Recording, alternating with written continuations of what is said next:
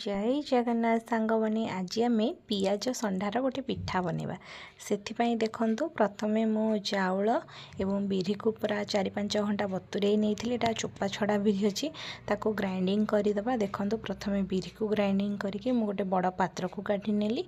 एबे ताको हाथ में भल भाव पूरा 10 मिनिट जाए फेंटी जमती बिरीटा पूरा फ्लफी हो माने पूरा फुली जीव माने भलरे गोले देले बिरीटा टिके कलिया हो। तापर एबे से मु देदेली चाउल को जो बाटिकी रखी ताकू देदेली ताकू मध्य भल भाव गोले की फेंटी नेबी। एबे देखंतु फेंटिकी किछि समय पई आमे रखिदबा पाखापाखि अध घंटे छाड़ीदबा घोड़ेकी।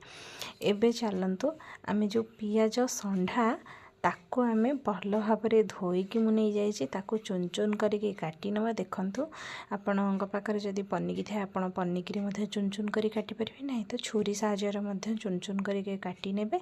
एबे जो गोलनी करके रखिथिले माने जो पिठार आण करके रखिथिले बिरी चाउल बट्टारे ये पियाज संढा को देदबा।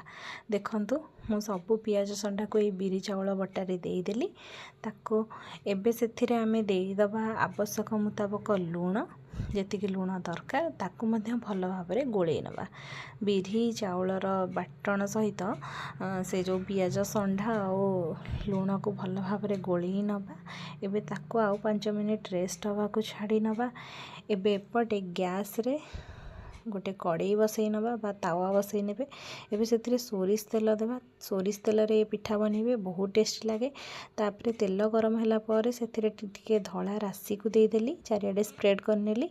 एबे जो पिठार गोलनी रे रखिथिली पियाज संढा पकईकी ताकू मध्य 2 चामच देकी ताकू चारिकर को स्प्रेड करके ताकू घोड़े नेली। गोटे पट साइड होला पर 5 मिनिट लगे हवा पाई। तापरे आर पट को देखंतु मु लेउटे नेली आउ टिके तेल बुलेई नेबी जेहेतु टिके भल लागिवो खाइबा पई। आउ ये पिठा सोरिष तेल रे ही कले बहुत बढ़िया लगे। देखंतु रेडी हो गला हमर पियाज संढार पिठा। थरे निश्चय रेसिपी को ट्राए करंतु, आपण मानकु निहाती भल लागिवो। आउ करिकी खाइला परे जदि वीडियो भल लगे तेबे लाइक शेयर और सब्सक्राइब करिया को जम्मा भी भूलिबेनी। देखो आउ ये पिठा बहुत कलिया होता है, बहुत सॉफ्ट। थरे निश्चय ट्राए करंतु ये रेसिपी को।